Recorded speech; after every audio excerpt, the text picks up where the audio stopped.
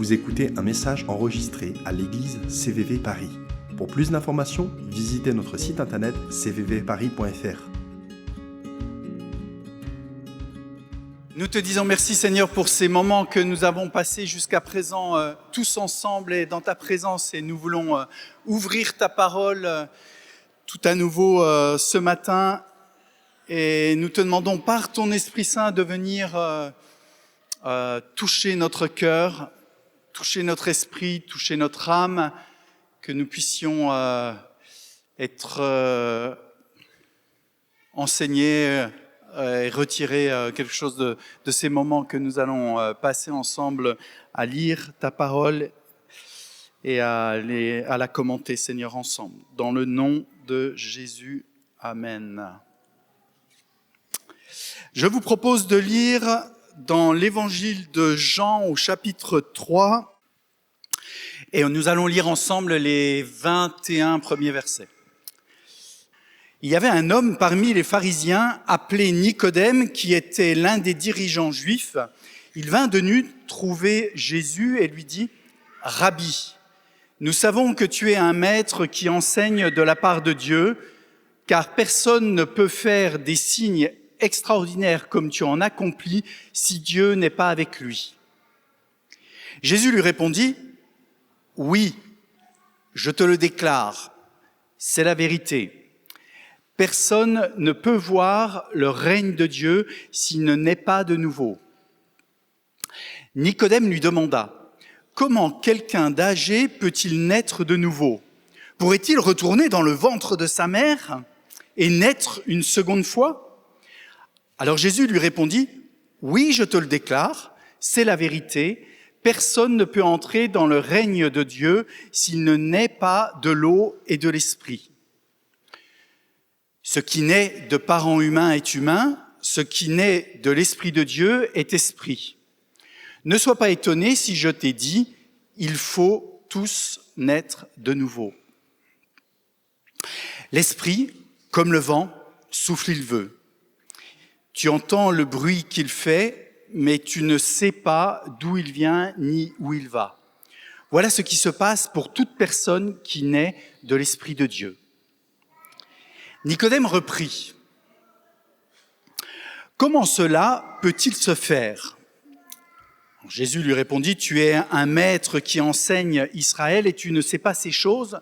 Oui, je te le déclare, c'est la vérité. Nous parlons de ce que nous savons et nous témoignons de ce que nous avons vu. Mais vous ne voulez pas accepter notre témoignage. Je vous ai parlé de ce qui se passe sur cette terre et vous ne m'avez pas cru. Comment donc me croirez-vous si je vous parle de ce qui se passe dans les cieux ? Personne n'est jamais monté au ciel, excepté le Fils de l'homme qui est descendu des cieux. Et tout comme Moïse a élevé le serpent de bronze dans le désert, de même le Fils de l'homme doit être élevé afin que toute personne qui croit en lui ait la vie éternelle. Car Dieu a tant aimé le monde qu'il a donné son Fils unique afin que toute personne qui croit en lui ne périsse pas, mais qu'elle ait la vie éternelle.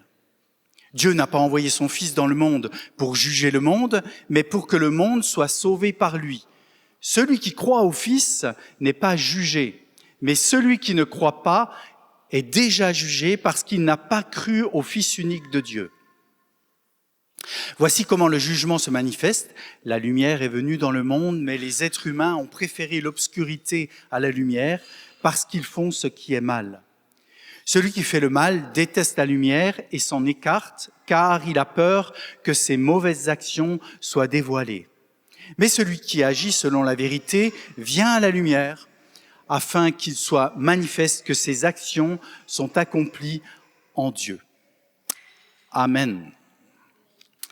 Bon, un long échange entre Jésus et Nicodème, et on va revenir sur cet échange. Je vous propose ce matin 3 points courts. Le premier que je vous propose, une petite introduction qui peut venir en fait nourrir l'ensemble de cette série de prédications qui va s'étendre jusqu'à Noël. Et deux autres points, l'un sur un terme grec tiré du Nouveau Testament, donc qu'on retrouve dans ce passage qui est le terme anathème, et le troisième point qui concernera le serpent de bronze qui est élevé. Ça vous va ? Ok, on y va. Sinon, je m'adapte. C'est possible aussi. Mais on y va. Cette prédication, donc, aujourd'hui, fait partie d'une série qui va s'étendre jusqu'à Noël, jusqu'au 21 décembre, et qui parcourt à rebours les 4 premiers chapitres de l'évangile de Jean. Vous l'aurez peut-être déjà compris pendant à l'occasion des 2 derniers dimanches. Mais pour comprendre cet intérêt, j'aimerais placer en fait du contexte, et donc pour que ça prenne un peu plus de sens peut-être pour nous tous. Alors, le premier point, qui me semble important de dire, peut-être pour celles et ceux qui n'ont jamais lu le Nouveau Testament, eh bien, il faut savoir qu'il y a 4 évangiles dans le Nouveau Testament. Et le Nouveau Testament commence par ces 4 évangiles. Le premier évangile, c'est Matthieu, le deuxième, Marc, le troisième, Luc, et le quatrième, Jean. Le terme évangile, euangelion, dans le grec, comme le Nouveau Testament a été écrit en grec, c'était la langue commune à l'époque. Si Jésus venait aujourd'hui, très certainement que le Nouveau Testament serait écrit en français, bien sûr. Très certainement en anglais. Bon.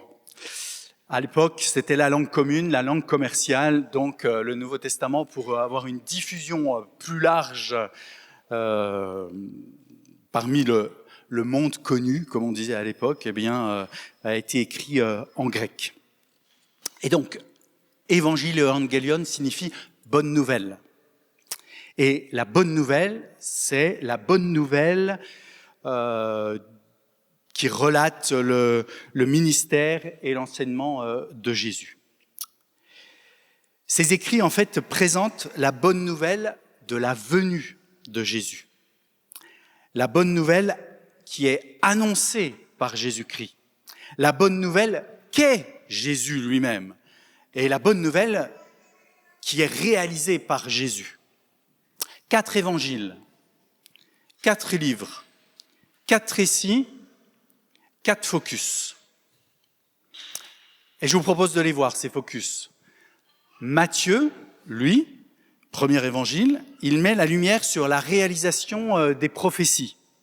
Il va sans arrêt nous dire « c'est ainsi que s'accomplit ce qu'avait dit le Seigneur, c'est ainsi que s'accomplit ce que le prophète a dit, c'est ainsi que s'accomplit l'Écriture ». Et donc, l'évangile de Matthieu est rythmé par ce refrain « ainsi s'accomplit ». Et Matthieu met le focus donc sur l'accomplissement de l'écriture ou des prophéties qui annonçaient la venue du Messie. Et en fait, ça vient comme une boucle musicale. On dit un ou une loupe? Je ne sais pas. Une loupe. Voilà, donc une boucle musicale. C'était juste pour voir si vous me suiviez et si j'étais compris. Ok, loop. Et donc, alors l'évangile de Matthieu ne s'adresse pas aux musiciens, mais il y a une loupe dedans. Voilà, il y a une boucle musicale. C'est ainsi s'accomplit la prophétie, la parole du Seigneur, etc. Et donc, Matthieu a écrit son évangile et a présenté la venue et le ministère de Jésus, l'enseignement de Jésus, aussi ses actes, aussi ses actions, afin que ceux qui connaissaient la parole de Dieu, qui est ce qu'on appelle aujourd'hui la première partie de la Bible, l'Ancien Testament, ceux qui étaient versés dans les Écritures, comme on pouvait le dire à l'époque, les Juifs notamment, eh bien, puissent comprendre quand la personne de Jésus lui-même se réalise toutes ces prophéties. Le focus de Matthieu est celui-là. Marc, lui, place un autre projecteur différent c'est un évangile qui est beaucoup plus ramassé. On a 28 chapitres dans l'évangile de Matthieu. On va en avoir que 16 et beaucoup plus ramassé dans l'évangile de Marc, avec un rythme qui va être beaucoup plus soutenu. Si on reste sur un rythme musical, peut-être ça pourrait être un rap. Voilà. Je ne sais pas pourquoi j'ai dit ça, je n'avais pas prévu de le dire. Mais bon, c'est venu comme ça. OK. Donc, et Marc va lui mettre l'accent sur Jésus qui est le Sauveur, celui qui guérit. Il est le Tout-Puissant. Et cet écrit de Marc met donc en avant les miracles que Jésus a accomplis. Ensuite, il y a un troisième évangile, c'est l'évangile de Luc. Lui, Luc, c'est un historien. Il va s'adresser à Théophile, un homme qui ne connaît rien au judaïsme et qui a besoin de comprendre qui est Jésus. Est-ce que Jésus a réellement existé d'ailleurs ?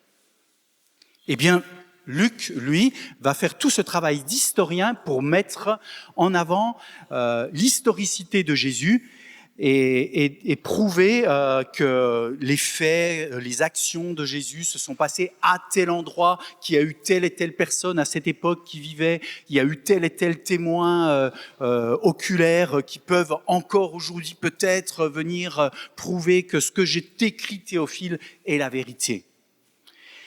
Et c'est pourquoi Luc cite des faits historiques, il cite des lieux, il cite des personnes. Et par exemple, il commence son évangile au bout de quelques versets d'introduction. Du temps d'Hérode, roi de Judée, il y avait un sacrificateur nommé Zacharie de la classe d'Abia. Sa femme était d'entre les filles d'Aaron, elle s'appelait Élisabeth. Voilà, le ton est donné. Et l'évangile va continuer comme ça, de cette manière-là. Focus historique. On vient prouver que Jésus a bien existé et que ce que l'on dit est vrai. Et que si tu veux vérifier, il y a encore des personnes vivantes, ce qu'on appelle des témoins oculaires du ministère de Jésus qui peuvent venir te dire « Oui, c'est vrai.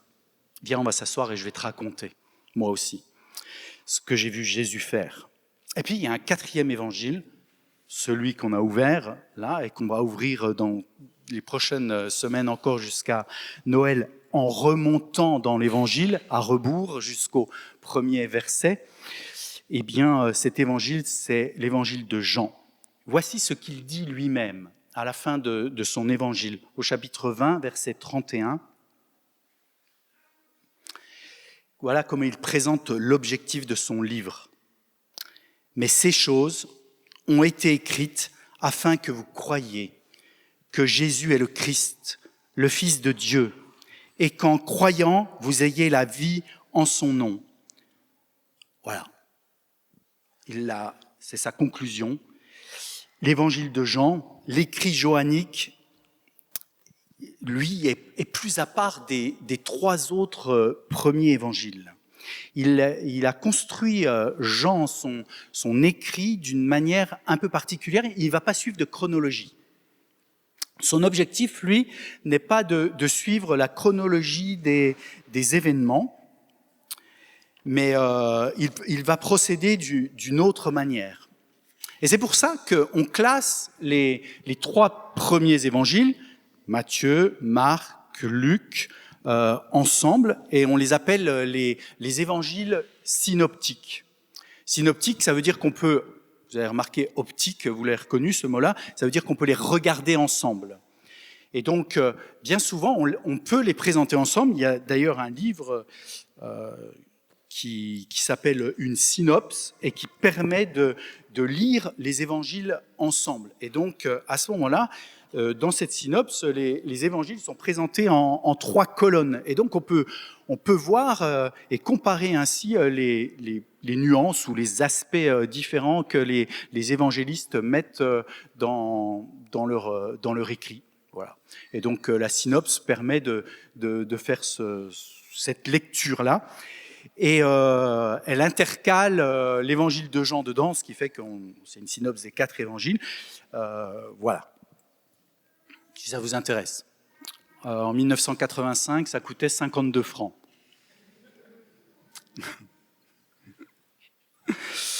Voilà. Du coup, j'ai regardé Je peux la revendre un peu plus cher aujourd'hui.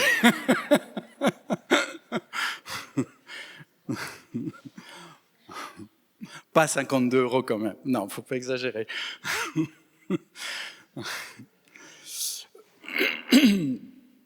Alors, prêcher à rebours sur l'évangile de Jean pour découvrir la personne de Jésus de manière en fait crescendo. Jusqu'au premier verset qui forme ce qu'on appelle le prologue de Jean. La toute première partie de l'évangile de Jean est comme une introduction, on appelle ça le prologue de l'évangile de Jean. Mais je ne veux pas vous en parler aujourd'hui, puisqu'il faudra attendre le 21 décembre pour qu'on l'aborde tous ensemble. Rendez-vous le 21 décembre pour le prologue de Jean. Donc, moi j'aimerais porter aujourd'hui, donc, en deuxième point, le focus sur un terme que l'on retrouve dans le Nouveau Testament en grec. Ce terme s'appelle anathème et il se trouve dans le verset 3. C'est lorsque Jésus dit « Oui, je te le déclare, c'est la vérité ». D'autres versions traduisent « En vérité, je te le dis ». Ça, c'est la Bible en français courant, nouvelle traduction français courant. Dans le grec, c'est « Amen, Amen ». Voilà, pour insister, je te le dis. Personne ne peut voir le règne de Dieu ou le royaume de Dieu, selon les traductions. En fait, c'est le même terme, Basiléa, qui a donné le prénom Basile. Est-ce qu'il y a des Basiles parmi nous? Plus trop à la mode. Ok. Basile ou basilique, un bâtiment qui manifeste le règne, le royaume de Dieu. Hein, on en trouve. Voilà, c'est ce terme-là qui se trouve dans le Nouveau Testament, qui veut dire royaume, règne. Et donc, dans ce verset 3, Jésus dit le règne de Dieu, s'il ne naît pas de nouveau. Et c'est ce de nouveau, anathème, qui peut être traduit de deux façons. S'il ne naît de nouveau ou s'il ne naît d'en haut.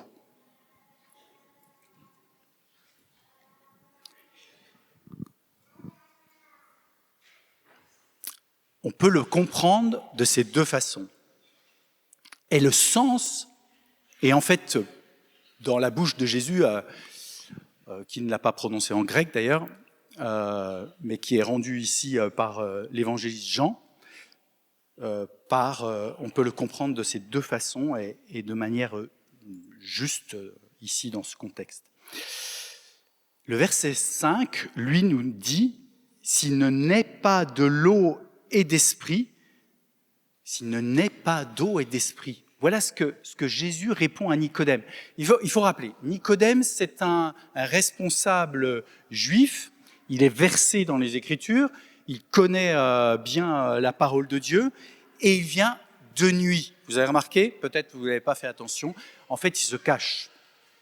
Il peut pas aborder, il n'a pas encore assez d'assurance pour venir aborder Jésus de jour, en pleine lumière, devant tous ses confrères, devant les autorités religieuses de l'époque dont il fait partie, et donc il vient de nuit. Et donc il vient caché et il vient rencontrer Jésus. Et Jésus le reçoit, accepte sa démarche et lui répond et dialogue avec lui. Et l'objectif de Jésus, c'est de faire cheminer Nicodème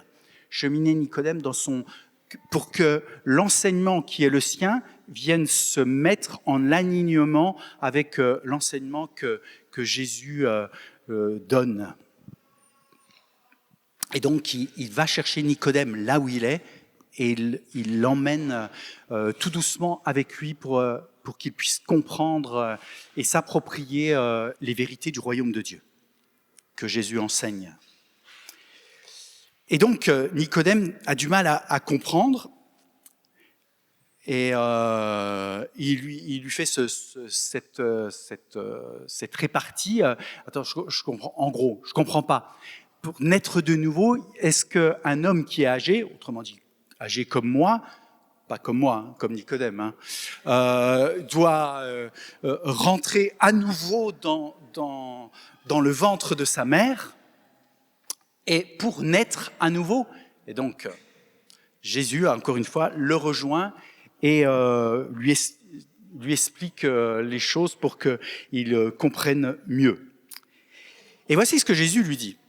S'il ne naît pas de l'eau et d'esprit, il faut que je le retrouve dans la Bible en français courant que je vous ai lu. Oui, je te le déclare, c'est la vérité, ou en vérité, je te le dis. Personne ne peut entrer dans le royaume de Dieu s'il ne naît pas de l'eau et d'esprit. Vous aurez remarqué qu'il y a une conjonction de coordination, là. Et, s'il ne naît d'eau et d'esprit. Cette petite conjonction de coordination, pareil dans le texte grec, peut être traduite de deux façons.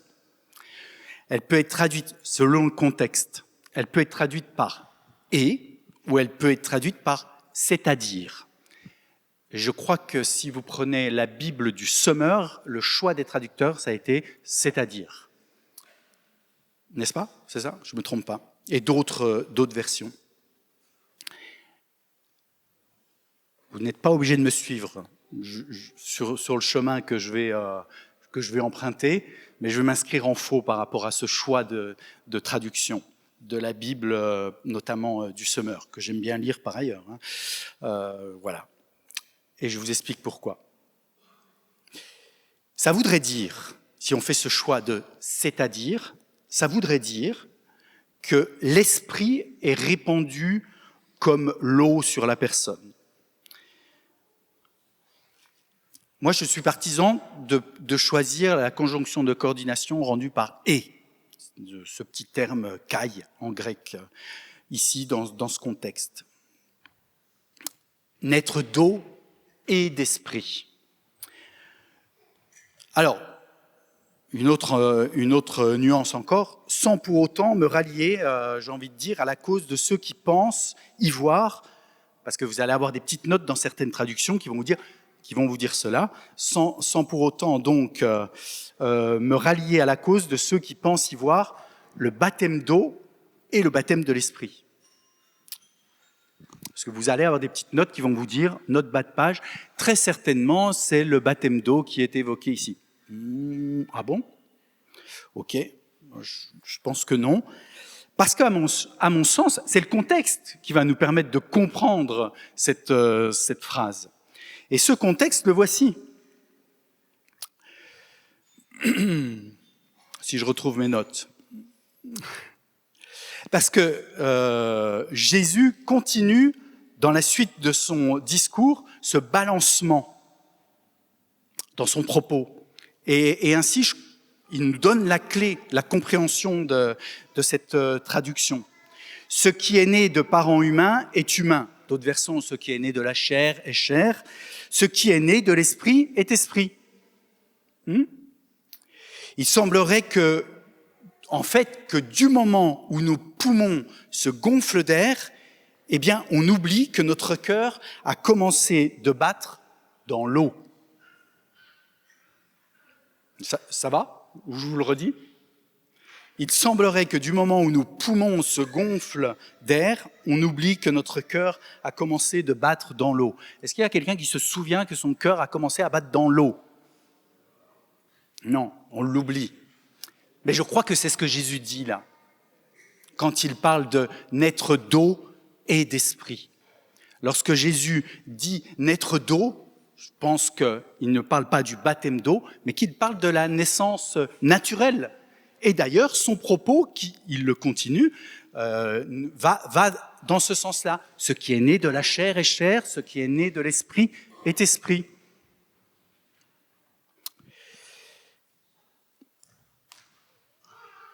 Jean, au travers de cet échange entre Nicodème et Jésus, nous amène en fait à réaliser que la nouvelle naissance, naître à nouveau, est en fait une œuvre de l'Esprit Saint.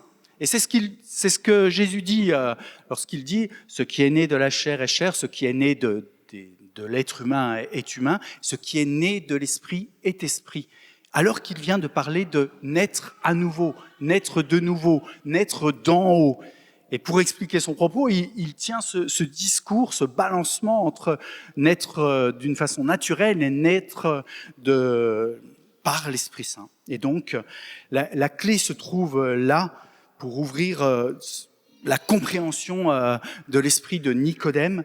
En fait, il faut que tu naisses à nouveau par l'action de l'Esprit de Dieu.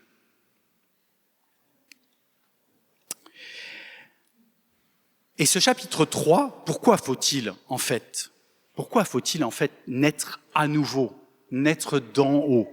En fait, ce chapitre 3, il fait écho à un autre chapitre 3 qui se trouve au tout début de la Bible, c'est le livre de la Genèse.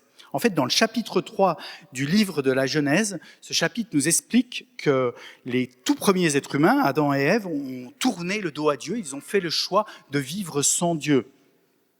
Et ils se sont ainsi coupés de la relation avec lui, avec le Créateur. Et ça a eu deux conséquences pour la race humaine. La perte de la vie spirituelle en communion avec Dieu et la mort physique. Voilà les deux conséquences principales de ce choix. La bonne nouvelle, Evangelium, 4 évangiles dans le Nouveau Testament. La bonne nouvelle que Jésus annonce ici, c'est qu'il est possible de vivre à nouveau, en relation avec Dieu. Et c'est le travail que fait l'Esprit Saint. Et c'est ce que Jésus dit à Nicodème. Laisse le Saint-Esprit venir te visiter. Comme le vent. Tu ne sais pas d'où il vient, tu vois les feuilles des arbres qui bougent, tu ne sais pas où il va, mais il est là. L'Esprit de Dieu est là et il souffle. L'Esprit de Dieu est là et il agit. Il agit en imprimant en notre esprit la conviction de son existence. Cette semaine encore, à l'occasion d'une discussion avec quelqu'un, cette personne a dit « il n'y a pas de hasard ». Vous avez certainement déjà rencontré au détour d'une conversation quelqu'un qui vous dit « il n'y a pas de hasard ». C'est comme si les choses étaient conduites. Et des personnes qui ne croient pas en Dieu peuvent tenir ce genre de propos, et c'était le cas pour cette personne cette semaine. Mais il y a une conviction qui a comme une conduite de certains événements, de rencontres, des rencontres qui paraissent fortuites et qui en fait, pour ces personnes, ont l'impression que tiens, mais il y a pas de hasard, c'est conduit. On devait se rencontrer, on devait parler ensemble, on devait avoir cette discussion, voilà. Et bien c'est le travail que fait le Saint-Esprit, qui ne laisse rien au hasard. Et l'Esprit Saint aujourd'hui, eh bien, peut-être peut te parler pour la première fois, et je veux t'inviter à te laisser toucher par lui, comme Nicodème qui a cheminé avec les paroles de Jésus et a commencé à comprendre et à s'approprier cette vérité de naître de nouveau, naître d'en haut, qui ne peut venir non pas de nous, mais que de Dieu lui-même par son Esprit Saint. À partir du verset 13, il y a une autre thématique qui est introduite par Jésus dans cette péricope qu'on a lue ensemble. C'est celle du serpent de bronze. Alors, si vous n'avez jamais lu l'Ancien Testament, vous avez dû être un peu perdu concernant cet épisode-là. Je vais vous le replacer dans son contexte. Si vous voulez aller lire l'histoire complète, on la retrouve dans le livre des Nombres, donc au tout début de l'Ancien Testament, de la Bible, au livre des Nombres, au chapitre 21. Le peuple est sorti d'Égypte. Pourquoi on l'appelle livre des Nombres? C'est parce que on est sans arrêt en train de faire des recensements dans ce livre. Et donc, chaque tribu a ses combattants, ses serviteurs, voilà. Et donc, on fait des recensements et voilà. Donc, c'est le livre des Nombres. Et donc, c'est toute l'organisation du périple du peuple d'Israël à sa sortie d'Égypte, qui est décrite dans ce livre. Et donc, il y a un événement qui se produit au chapitre 21, c'est que le peuple commence à en avoir assez d'être dans ce désert. Et il a oublié rapidement toutes les turbulences, tous les siècles passés. Enfin, ils n'étaient pas centenaires, donc en tout cas la mémoire transmise par leurs ancêtres de tout les tribulations qui ont été vécues par eux en Égypte, sous la férule de Pharaon. Et donc, ils sont là et commencent à maugréer et donc à se révolter et à dire on en a marre, on voudrait bien vivre autre chose. Et donc, ils commencent à se plaindre comme ça et ça monte. Et Moïse se trouve un peu désemparé. Et au final, Dieu les punit en envoyant des serpents brûlants. C'est le terme dans l'Ancien Testament. On peut traduire aussi par venimeux. Et donc, ils se font mordre par ces serpents et ils meurent. Et ça commence à être l'hécatombe au sein du peuple d'Israël. Et alors, Moïse prie Dieu et Dieu lui dit, eh bien, pour que ça s'arrête, fais un serpent en bronze et tu l'élèves sur une tige, sur une branche, j'ai oublié le terme, une perche, voilà, une perche. Et alors, tous ceux qui regarderont ce serpent élevé comme ça, eh bien, seront guéris. Et ils ne seront pas atteints de la mort, des morsures procurées par les morsures de ces serpents. Et c'est ce qui se passe. Le fléau s'arrête. Et Jésus, lui, reprend cet épisode ici dans ce passage avec Nicodème. Nicodème connaissait ce passage obligatoirement puisqu'il est versé dans les Écritures et il sait, lui, à quoi Jésus fait référence tout de suite. Épisode dramatique, mais délivrance par la main de l'Éternel. Et Jésus dit eh bien, qu'il en va de même pour lui-même. Pas pour Nicodème, mais pour Jésus lui-même. Il va être, lui, Jésus, comme ce serpent de bronze élevé. Et donc Jésus fait allusion ici à sa crucifixion future, qui va permettre donc à quiconque d'entrer dans le royaume de Dieu. C'est toujours la thématique qui est là au cœur, le royaume de Dieu, voir le royaume de Dieu, entrer dans le royaume de Dieu. C'est la recherche de Nicodème là. Et Jésus lui répond, eh bien voici le chemin.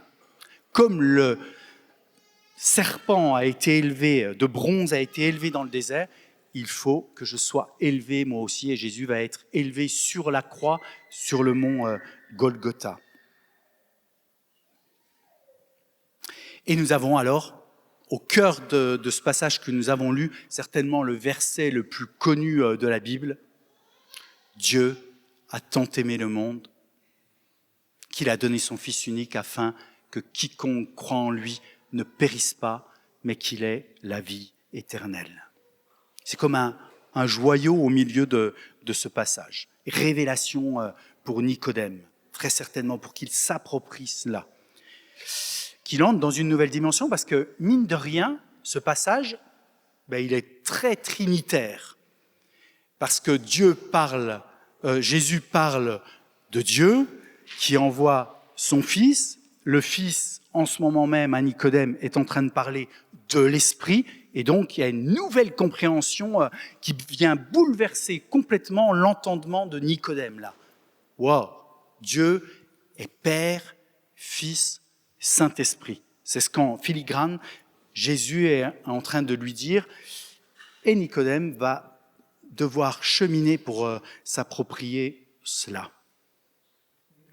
Dans la première épître de Pierre, au chapitre 2, versets 22 à 25, voici ce qu'il est dit.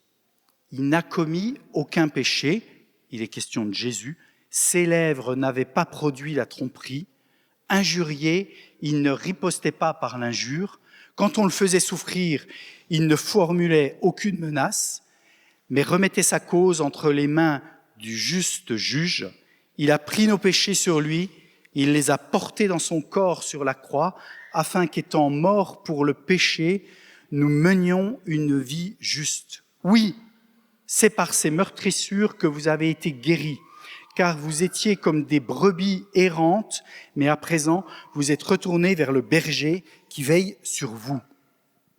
L'apôtre Pierre, là, est en train de citer à plusieurs endroits le prophète Ésaïe dans son passage. Voilà. Et il parle de Jésus, le berger qui donne sa vie pour ses brebis. Et le berger lui qui n'a commis aucun péché, qui meurt sur la croix afin que ceux qui sont morts puissent à nouveau retrouver la vie, puissent entrer dans le royaume de Dieu. Et c'est la raison pour laquelle, lorsque Jésus a expiré sur la croix, le voile de séparation dans le temple s'est déchiré. Ce qui a été surprenant pour tous les Juifs qui étaient là, qui ne comprenaient pas ce qui se passait. En fait, c'est le fait que ce voile de séparation, cette tenture lourde, se déchire du haut jusqu'en bas, eh bien, matérialisait ce chemin qui est ouvert pour avoir accès à la pleine présence de Dieu, pour entrer dans le royaume de Dieu. Pour que nous puissions naître de nouveau, d'en haut, par le Saint-Esprit, il fallait qu'un homme sans péché, en communion vivante donc avec Dieu, eh bien, paye ce prix, paye notre rançon pour tous les êtres humains. Et c'est donc Dieu lui-même qui se fait homme pour venir prendre sur lui cette condamnation. Donc Jésus vient, lui, il parle de lui, je te parle de ce qui se passe au ciel, eh bien, il n'y en a qu'un qui peut te parler de ça, c'est celui qui était au ciel et qui en est descendu. Dans ce passage, Jésus parle de lui, le Fils de l'homme qui est venu. Voilà.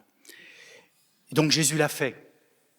Et parce qu'il ne méritait pas ce châtiment, Dieu le Père l'a ramené ensuite d'entre les morts.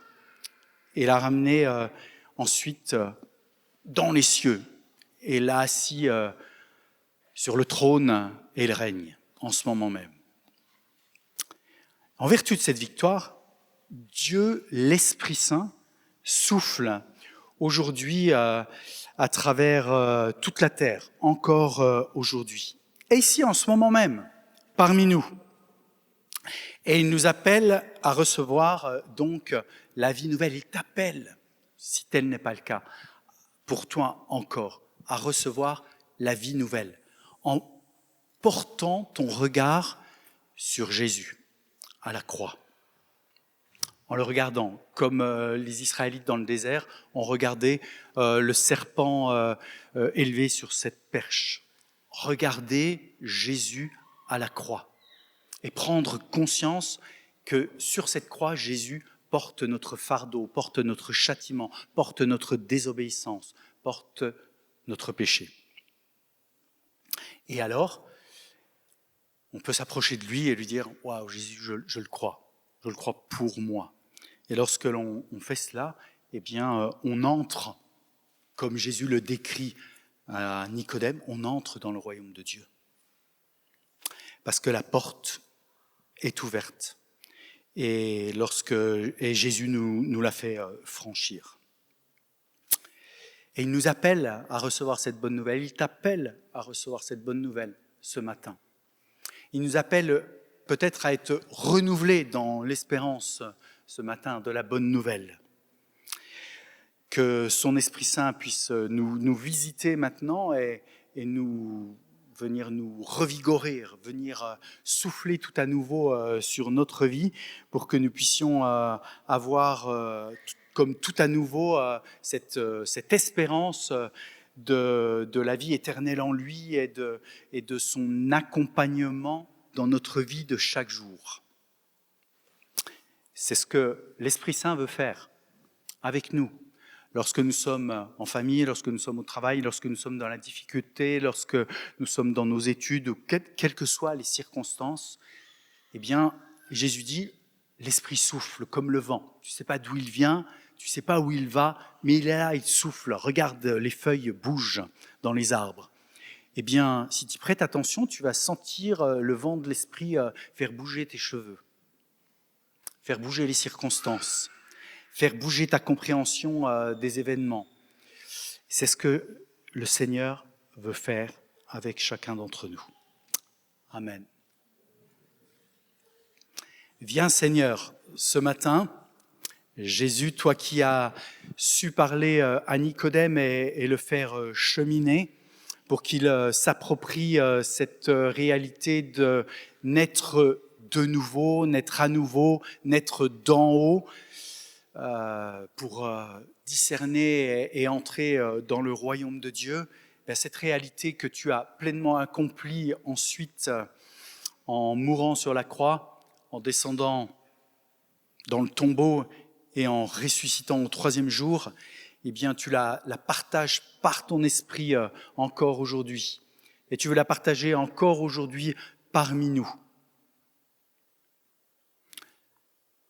Par ton Esprit Saint, viens nous visiter, que ceux qui ne te connaissent pas ou qui entendent cette bonne nouvelle pour la première fois ou de manière différente ce matin, toute nouvelle puissent se l'approprier et faire de nouveaux pas comme Nicodème l'a fait avec toi.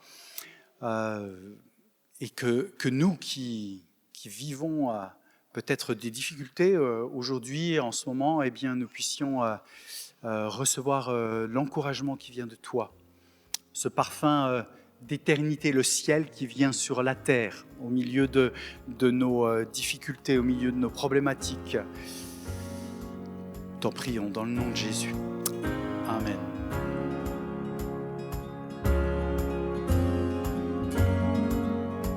Vous venez d'écouter un message enregistré à CVV Paris. Pour plus d'informations, visitez notre site internet cvvparis.fr.